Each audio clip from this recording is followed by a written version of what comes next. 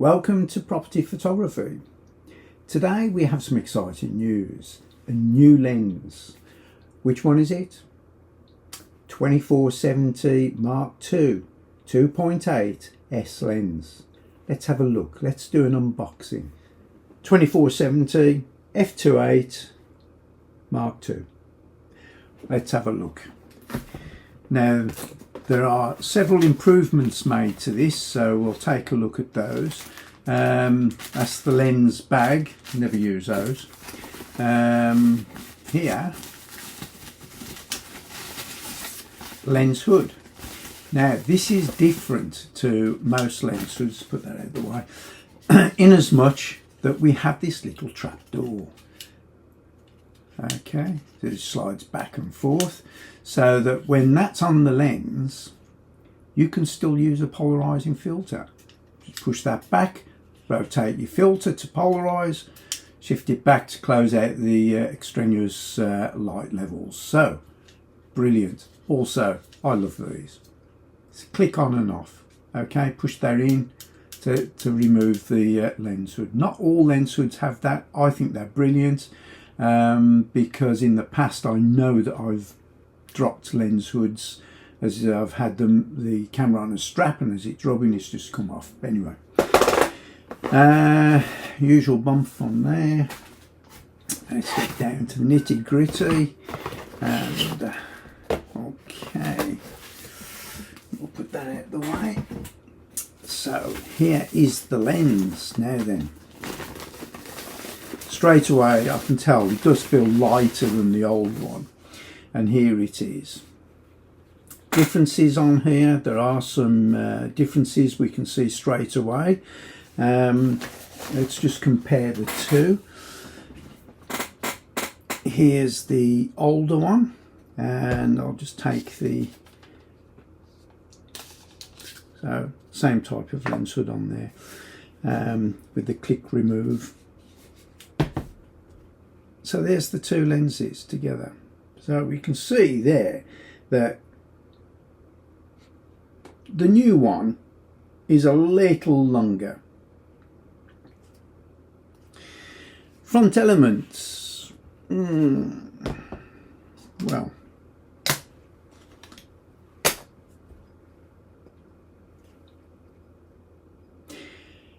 it's a smaller thread size on the new one. Now, to me, that poses a little bit of a problem. I'll explain in a moment. So, one of the main differences that you would notice straight away is the lack of the little screen. There isn't one. They've taken it away. How handy was that screen? Well, I don't really know. I never actually used it that much. A couple of times maybe it's been useful, but not hugely, so I'm not going to miss it that much. Now the zoom is on the old one, as we can see, extends externally. Now, even though it is fully weather sealed, that has always been a worry to me. So when you're zooming and it's been raining, you are drawing that water through. This one is internal zooming. So as we zoom, nothing extends. It's all internal, which is brilliant. There is an extra feature on here that I really do like, and that is here. Click on and off. So, off position. If you use the this ring for moving your aperture, it's smooth. When you pick the camera up, you don't really feel anything if it's moved.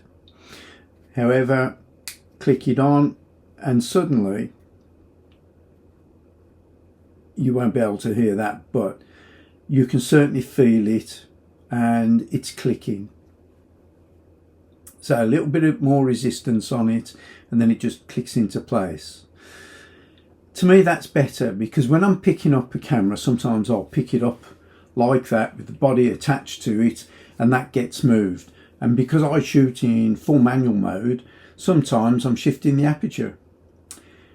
So I'm always checking for that. But however, with this one, I'll be able to know a little bit better if I've moved the aperture ring.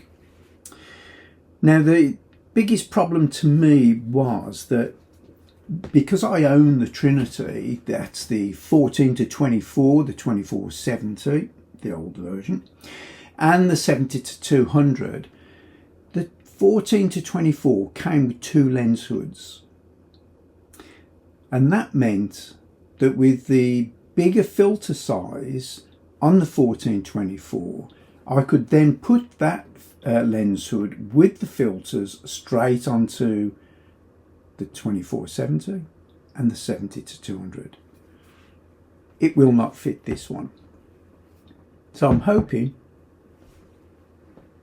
Nikon are going to upgrade the other 2 lenses with the same filter size, so I can use the lens hood straight across all 3 lenses again.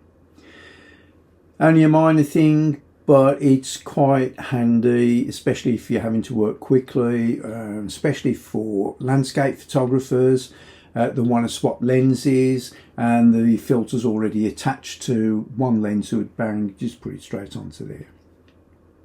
Now, as I mentioned, the new lens hood I think is absolutely brilliant. Let's just match that up. Here we go. Because with that little trap door there, as I said, you can just move the polarizing ring to polarize, flip that back. Great. I've always wondered about why we've never done this before. So well done, Nikon, for that. Great stuff. I have noticed, and probably you have too, that a lot of photographers, especially landscape photographers, don't use lens hoods. That's always bewildered me, especially with those big square filters that they use, ND filters and the like, because when the light hits that, you are going to get light scatter across it. And the manufacturers produce lens hoods for a reason. So let's use them.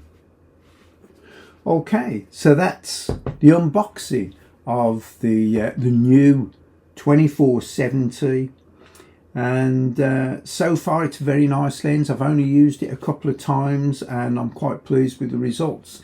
It's lighter than the old one, and it's, I'm just having a look here on the Nikon website.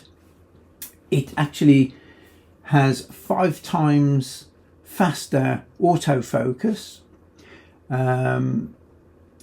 It's also quieter, and one of the, if you're into video, one of the main reasons for getting this lens would be because if you're shooting with a gimbal, the lack of extending zoom, external zoom, means that the weight isn't going to transfer back and forth and alter the gimbal, so it's going to be more constant. So that will be helpful. It's a well balanced lens, and so far, so I've only used it a couple of times, but I've quite enjoyed it. The other buttons on there are the lens function buttons, which is the same all the way around. There's just the 2 of those, and then we've got a full and limit for the focus, and we've got auto and manual focus clicking there. So just a few things from the Nikon website itself about this new lens. It comes in at 675 grams, which is lighter than the old lens. May not mean a lot to most people. The weight has never bothered me. I'd rather go for the quality than the lighter weight of some of the cheaper lenses. But it's good to know, especially if you're travelling and you've got to keep that weight down in your camera bag. It's also the world's first internal zooming 24-70mm lens, so well done. Still comes in at f2.8. It's S-line quality, fast AF, and it says on there great for video, as I explained, because it's internal zooming, you're not shifting the weight of the lens and the camera when it's set up on a gimbal, so it's going to be a lot more steady. Yeah, it says there better handling for video. There's a lot on the website that shows the build of this new lens. 5 times quicker autofocus performance. Yeah, take a look on there. Things always change, so have a look on the Nikon website. I am not sponsored by Nikon. They have not supplied me with this lens. This is something that I've bought. I've been a Nikon user since late 80s, early 90s. 11 blades, rounded, so the bokeh should be pretty good on there, and it gets pretty close as well. It says when it's at 24 millimeters, you're just 0.33 meters. Well, that's not bad. I do a lot of architectural work, especially with the 14 to 24, and the closer you can get to something is really handy. So for me, that's pretty good. And it says on there Nikon's first declickable control ring. Yeah, we've already discussed that. So as I said, I find that quite handy. Focus limit switch, 2 assignable lens function buttons, fluorine coatings, it's got all that on there. Obviously the Z mount, it's full format, but even with a crop frame camera, I mean, I would always suggest buying the better quality lenses. That's about it. So thanks for watching. If you've got any comments about the little trap door on there, let me know below, or even whether or not you actually use a lens hood, because that seems to be quite controversial. So let me know in the comments below. Give me a thumbs up if you've enjoyed this, and see you next time.